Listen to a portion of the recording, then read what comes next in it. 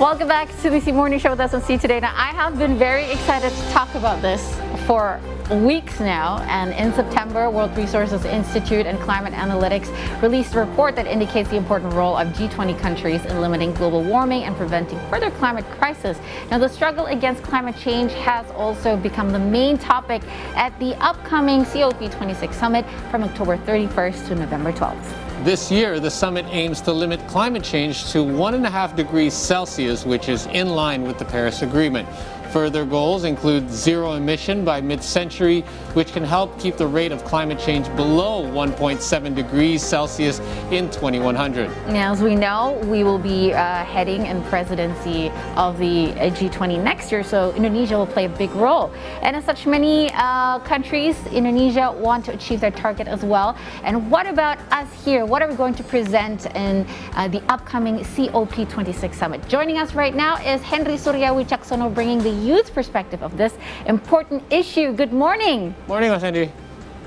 Good morning. Thank you for joining us. It's such an honor to be here. Yes, and we're so glad to have My pleasure. you. So glad to have you. Now, Indonesia is a member state of the G20, right? A collection of countries with the biggest economies in the world. As such, we know that Indonesia will send delegates to COP26 summit. Actually, President Joko Widodo will attend in person. He just announced yesterday, and they will, discuss this further. Now, what role does Indonesia play in combating climate change?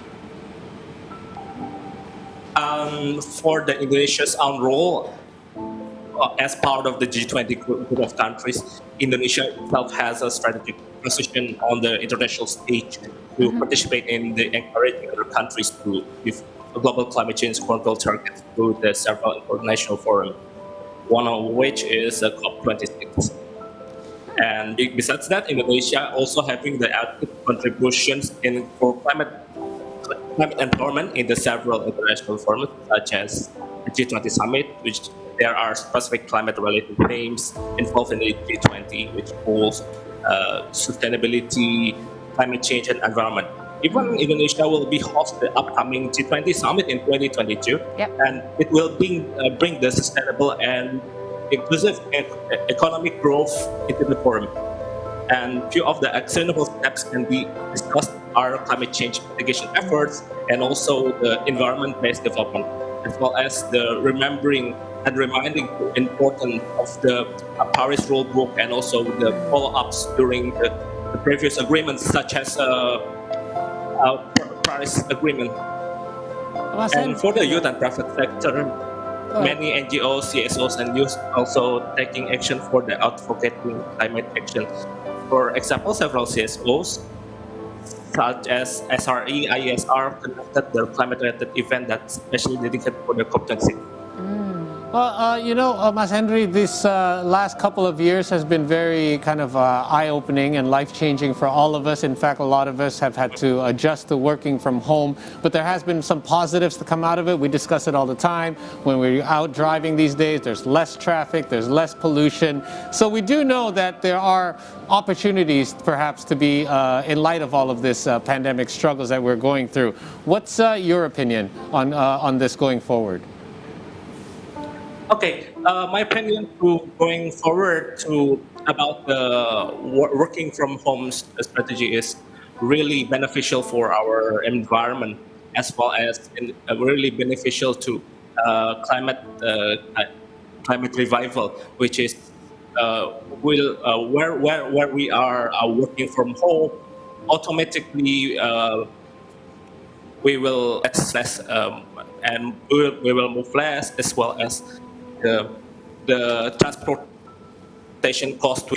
So because of we are work automatically at the home.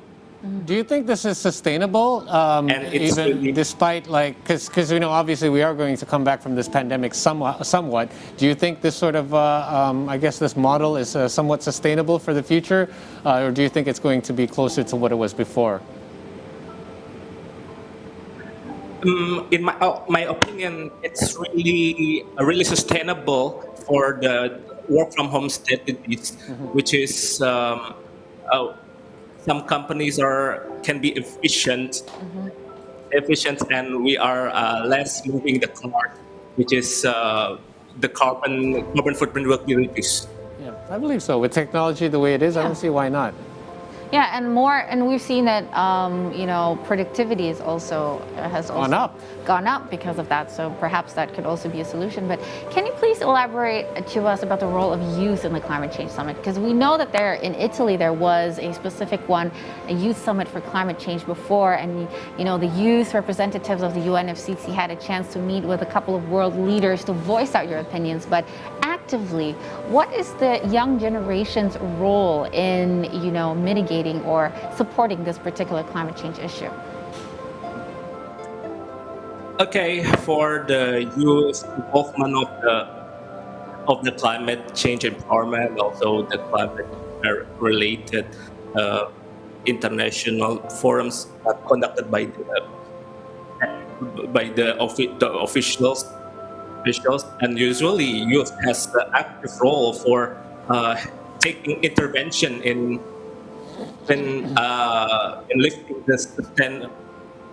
lifting the several climate problems and also solutions to the international forums, such as in the August, I've been honored to speaking in front of every country's delegate in the HLPF, which is the high-level political forum that elevating the issues of the climate change into the world. And also Go ahead. And also the UNFCCC have the youth constituency called Tianggo, which is actively conducted a campaign to emphasize the importance of the climate change. So why do you think, Mas Hendri, that there's such a large youth movement when it comes to climate change these days? Is it just because it's generally more awareness? Are we just able to access more information these days so more young people are aware? Because things have certainly changed a lot more and more driven towards the youth movement in these last few years. Okay, for the active youth involvement on this raising awareness on the climate change and also environmental problems, I think that the first step we need to educate people, and also we need to educate every generation about the climate related issues and also environmental related issues, and also solutions can be done for mitigating climate change and also the reducing effects of the climate change. One of them is emphasizing the importance of youth in promoting and raising awareness about the climate change. Right, and what programs have you implemented in order to kind of educate the general public more? What do you find more effective as a strategy in order to spread this information? Okay, in the Yango itself, usually we are elevating and also leveraging some of the online campaign, such as the Stop the Same campaign, that emphasizes the importance of youth and also the various and diversity into the involvement and also intervention for a climate-related solutions. Well, I just have to say it's probably also because the youth now will be the ones living through all of these side effects of climate change, and we're already getting to feel this particular I think it has a lot to do with internet, social media, because when we were younger, we didn't know as much, or otherwise we would have done more, right? Yes. Yeah, I think so. But speaking of, we understand that there are also goals in place that needs to be achieved, and also, you should say, active participation. What has the government here, specifically in Indonesia, do you think, done or starting to do to mitigate, lessening the emissions and to reach their targets?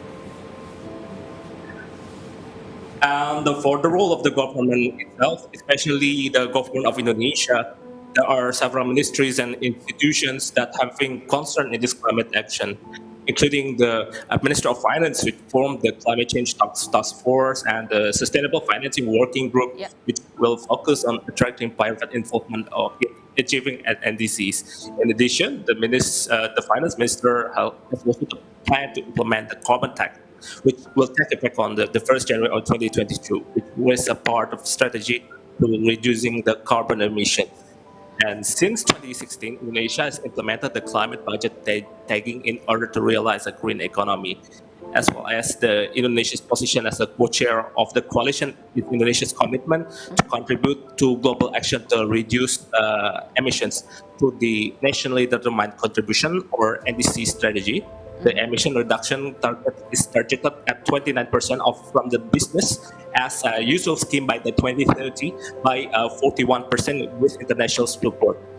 And besides that, the Ministry of Environment and Forestry has played an active role in every COP conferences since the COP in Kyoto, and Indonesia had ratified every protocol made by the COP. One of them is a Kyoto Protocol, and also the last one is a Paris Agreement.